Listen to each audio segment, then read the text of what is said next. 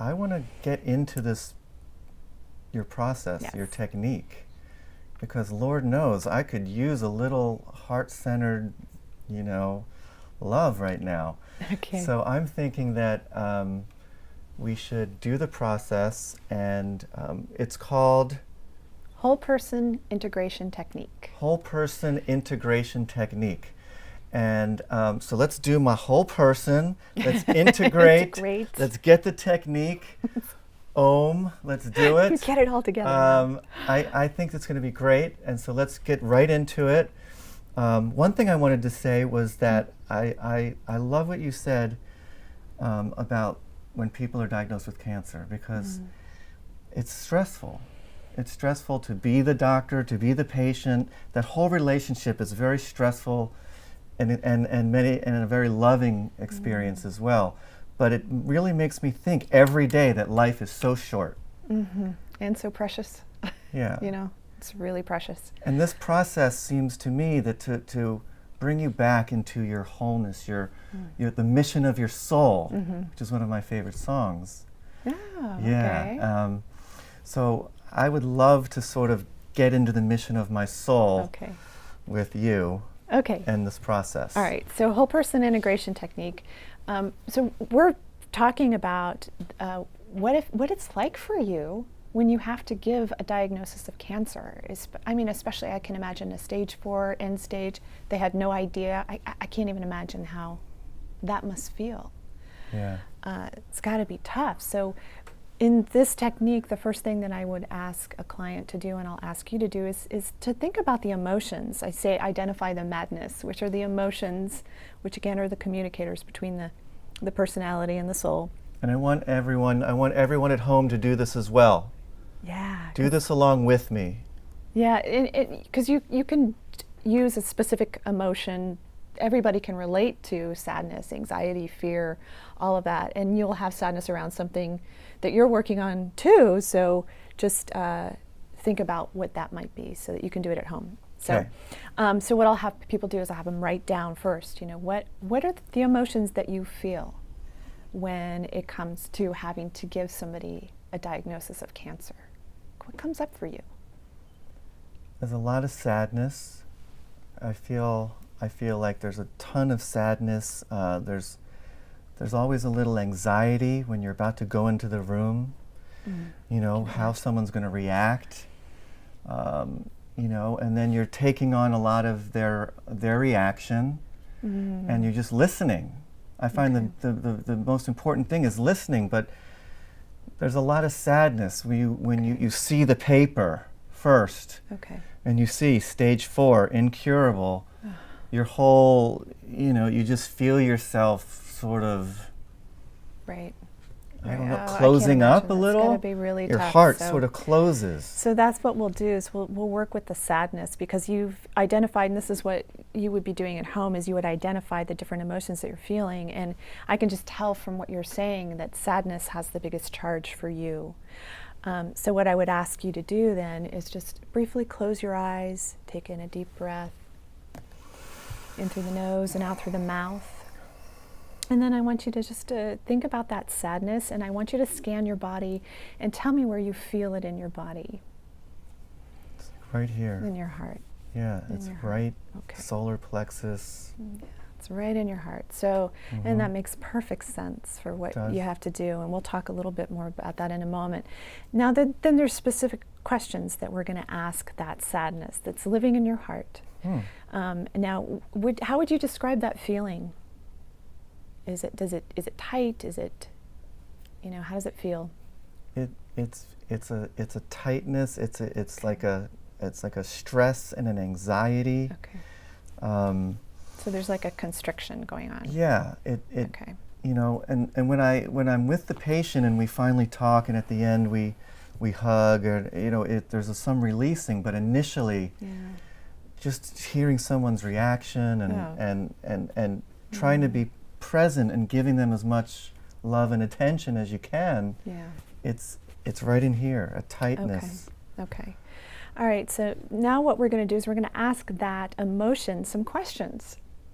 So the first question that I would have you ask, and typically, if you're doing this at home, just do this with your eyes closed. It's a lot easier to access the information because the subconscious mind, the psyche, is delivering you information all the time. You know how, like, when you have something just drop into your head out of seemingly nowhere, that's coming through that part of the self. So, so we've got this feeling in your heart, and the first question I'll ask is, why are you here?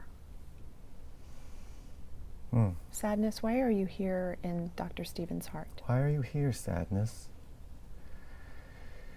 It's almost like, I'm sad that I can't do more for the patient. Like they're stage 4, they're, technically incurable. So as soon as I say those words, I almost know the future, how it's going to play out. And it's like, I sort of feel helpless and...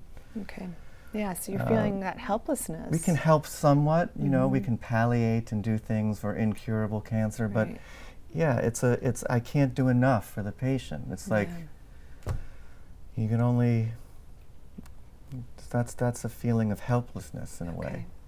Now the next question that I would ask this sadness that's in your heart around this situation is, how do you affect me? I would say that it's producing stress.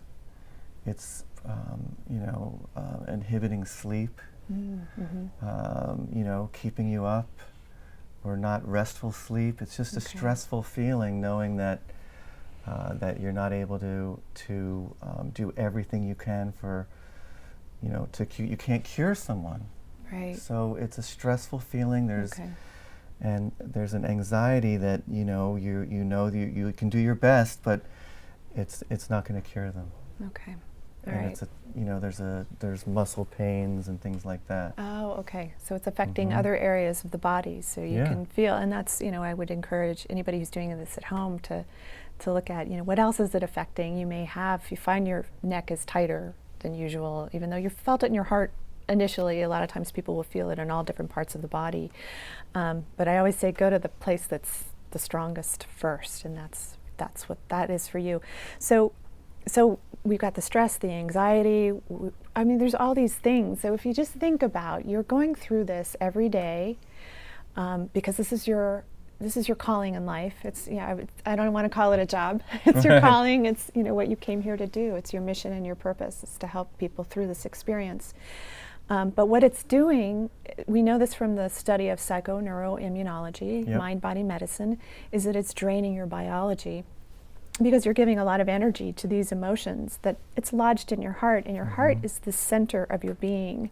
So it's the balancing between the lower part of your body, which is really associated with your mental and emotional self and your personality, and the upper part of the body, which is associated with the soul. With self-expression, with the connection to something greater than the self, the universe, whatever you want to call it. Let me put my doctor hat on for a second. Go for it. Let me come up from the lobby and put my doctor hat on. Psychoneuroimmunology is fascinating, and it's real. It's how our thoughts and emotions affect our endocrine system and our nervous system. So the easiest thing to do is say, I felt it in the gut. I had a gut feeling. Yes. That's psychoneuroimmunology for all of you at home.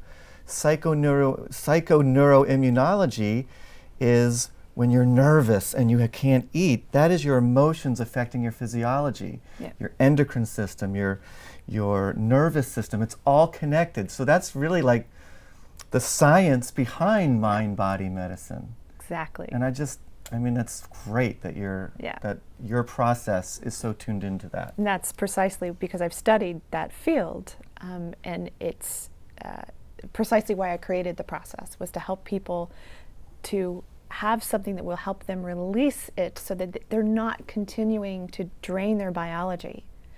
So I work with them. Food is the underpinning to support the biological system, and then these emotions are the connector between the personality and the soul that help them to heal, release, forgive. It's really like a self-forgiveness process. So forgiveness is so vital. it is. It really is. Someone once told me that it's the easiest thing to do that can make the biggest difference in your life. Oh, what a beautiful way to put it. What a beautiful way to put it. You know, And some it really people are like, can. oh, I'm never going to forgive that person, you know? Yeah. But- And what's so interesting is most people misunderstand forgiveness, I think, because they think it means that it's saying to the other person, oh, it's okay what you did to me. You know, and it's not okay when somebody abuses you or, you know, treats you horribly. So forgiveness is really about what you release in yourself. It's releasing the hold that you have on that emotion, on that resentment, on that fear, on that upset that you have towards an experience or towards a person who victimized you in some way. And this is what this does, is it helps you forgive yourself so you can release yourself from these emotions, so that that experience doesn't have this huge charge in your being anymore, because it's what you're holding on to that matters. Yeah. It's what you release that matters. So are we going to... We're going to release Release this. it? So we Yes. know this is in your heart. It's in the center of your being. It's producing anxiety and stress and fear. And we know that it's draining your biology over time. So is this something that you want to let go of? Absolutely. Okay, great. So what I want you to do is go ahead and close your eyes again. Okay. Take a deep breath in through the nose and out through the mouth. Now I want you to focus on your heart, but I want you to focus on the most loving, caring part of yourself. And can you feel that part? Now I want you Yes. just to bring that love and that care over to this sadness that's in your heart that is there. All it wants is love, all it wants is care, all it wants is forgiveness. And just send that energy right into it. And what happens to that sadness? What happens to that feeling of constriction in your chest? There's an opening. Okay, There's great. definitely an opening right now. Okay. It's like they both can't live together. Ah, wow, that's beautifully put. Yeah. It's beautifully put. So now what I want you to do is I want you just to imagine that energy of sadness now is being pulled right out of your heart and just pulled out and diffused into light. Mm. And now I want to know, what spiritual quality do you want to fill that space in your heart with? Mm. I mean, you can... Wonder. Wonder? Okay. Wonder. Wonder. All right, let's put the energy of wonder into your heart. Just fill that space up. And when you feel that, you can just gently open your eyes. It's good. And we'll just put it out there that that sense of wonder is, it's an energy that you're just going to keep asking to have empower your heart, especially when you're sitting in front of a patient. It's probably part of why you love to write songs for your patients, is that that sense of wonder is something that's very important to you. Mm. So what I would say to you and what I would say to viewers is that if whatever emotion you replaced that old emotion with, which I want to say real quickly, I don't see them as negative emotions, I see them as teaching emotions. They're here to teach us something about ourselves, about who we really are. So what I want you to do is enter into the study of wonder. You know, look for the wonder in every room that you walk into.